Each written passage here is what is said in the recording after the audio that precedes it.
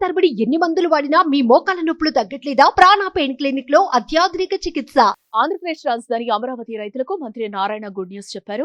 YCP పాలనలో 3 రాజధానుల అంశం తెరపైకి రావడంతో రాజధానికి భూములిచ్చిన రైతులు ఆందోళనకు గురైన విషయం మనకు తెలిసిందే.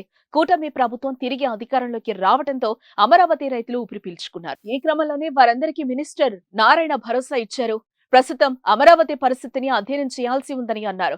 దీనికోసం ఓ కమిటీని వేస్తామన్నారు. అధ్యయనం తర్వాత నివేదిక రావడానికి 2-3 నెలలు పడుతుందని అన్నారు.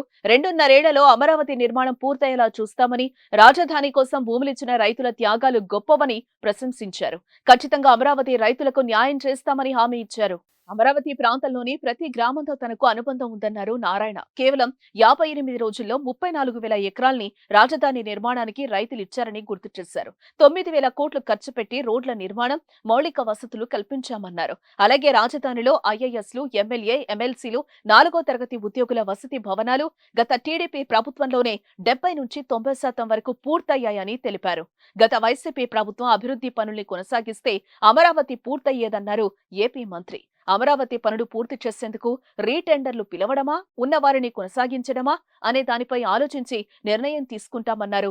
6-7 నెలల్లో వసతి భవనాల నిర్మాణం పూర్తి చేస్తామని, అమరావతి పనుల ప్రారంభంపై 10 రోజుల్లో స్పష్టత వస్తుందని అన్నారు. ఖచ్చితంగా అమరావతి నిర్మించి చూపిస్తామని, రాజధాని అమరావతికి భూముల సేకరణ విషయంలో ప్రపంచ వ్యాప్తంగా గుర్తింపు వచ్చిందని అన్నారు.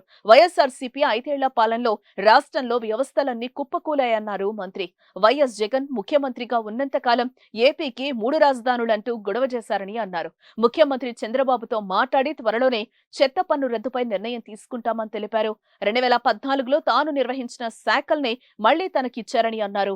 అందుకు చంద్రబాబుకు ధన్యవాదాలు తెలిపారు నారాయణ. అంతేకాదు టీడీపీ హయాంలో దేశంలో ఎక్కడా లేని విధంగా 11 లక్షల టిడ్కో ఇళ్లు నిర్మించామని అన్నారు. ఇప్పుడు కూడా టిడ్కో ఇళ్ల నిర్మాణాల్ని కొనసాగిస్తామని, ఇల్లు లేని వారందరికీ ఇళ్లు పంపిణీ చేస్తామని నారాయణ అన్నారు. సుమన్ టీవీలో మీ పర్సనల్ అండ్ బిజినెస్ ప్రమోషన్స్ కోసం కింది నెంబర్కి కాంటాక్ట్ చేయండి.